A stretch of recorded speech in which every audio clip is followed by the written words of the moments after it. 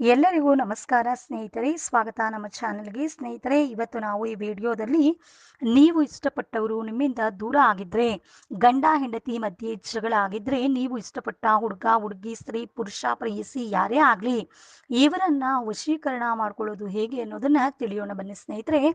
ಈ ಒಂದು ತಂತ್ರವನ್ನು ನೀವು ಭಾನುವಾರದ ದಿನ ಯಾವ ಸಮಯದಲ್ಲಿ ಬೇಕಾದರೂ ಮಾಡ್ಬೋದು.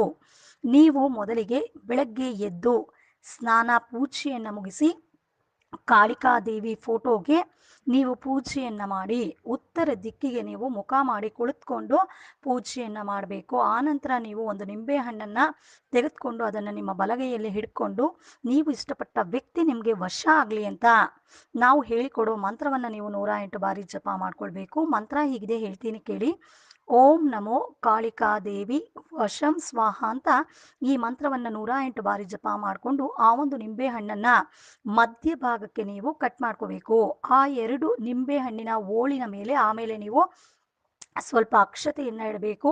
ಆ ಅಕ್ಷತೆ ಮೇಲೆ ಸ್ವಲ್ಪ ಬಿಳಿ ಸಾಸಿವೆಯನ್ನು ಇಡಬೇಕು. ಆನಂತರ ನೀವು 6 ಲವಂಗವನ್ನು ತೆಗೆದುಕೊಂಡು 3 ಲವಂಗವನ್ನು ಒಂದು ಓಳು ನಿಂಬೆಹಣ್ಣಿಗೆ, ಇನ್ನು 3 ಲವಂಗವನ್ನು ಇನ್ನೊಂದು ಓಳು ನಿಂಬೆಹಣ್ಣಿಗೆ ನೀವು ಚುಚ್ಚಬೇಕಾಗತ್ತೆ.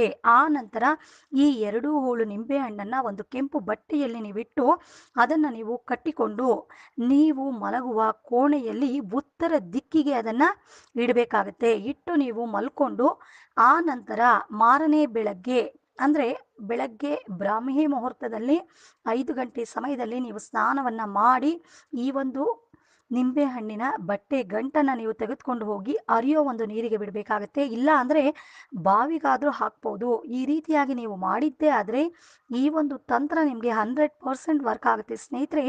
ನೀವಿಷ್ಟಪಟ್ಟವರು ನಿಮ್ಮಂತೆ ಆಗ್ತಾರೆ. ನಿಮ್ಮ ಗಂಡ ಏನಾದ್ರು ಜಗಳ ಆಡ್ತಿದ್ರೆ, ಹೆಂಡತಿ ಏನಾದ್ರು ಜಗಳ ಆಡ್ತಾ ಇದ್ರೆ ಅವರು ನಿಮ್ಮಂತೆ ಆಗ್ತಾರೆ ಸ್ನೇಹಿತರೆ. ಇದು ಖಂಡಿತ. ಈ ರೀತಿಯ ಒಂದು ಸುಲಭ ವಶೀಕರಣ ತಂತ್ರಕ್ಕೆ ಸ್ಕ್ರೀನ್ ಮೇಲೆ ನಮ್ಮ ವಶೀಕರಣ ಸ್ಪೆಷಲಿಸ್ಟ್ ಗುರೂಜಿ ನಂಬರ್ ಬರ್ತಿದೆ. ಆ ನಂಬರ್ಗೆ ನೀವು ಕಾಲ್ ಮಾಡಿ ಈ ರೀತಿಯ ಒಂದು ಸುಲಭ ವಶೀಕರಣ ತಂತ್ರ ಮಾಡಿಕೊಡುವುದರ ಮೂಲಕ ನೀವು ಇಷ್ಟಪಟ್ಟ ವ್ಯಕ್ತಿಯನ್ನು ನಿಮ್ಮಂತೆ ಆಗುವಂತೆ ಮಾಡಿಕೊಡ್ತಾರೆ ಸ್ನೇಹಿತರೆ. ಇದು ಖಂಡಿತ ಎಲ್ಲರಿಗೂ ಒಳ್ಳೆಯದಾಗಲಿ. ಶುಭ ದಿನ. ಧನ್ಯವಾದಗಳು ಸ್ನೇಹಿತರೆ.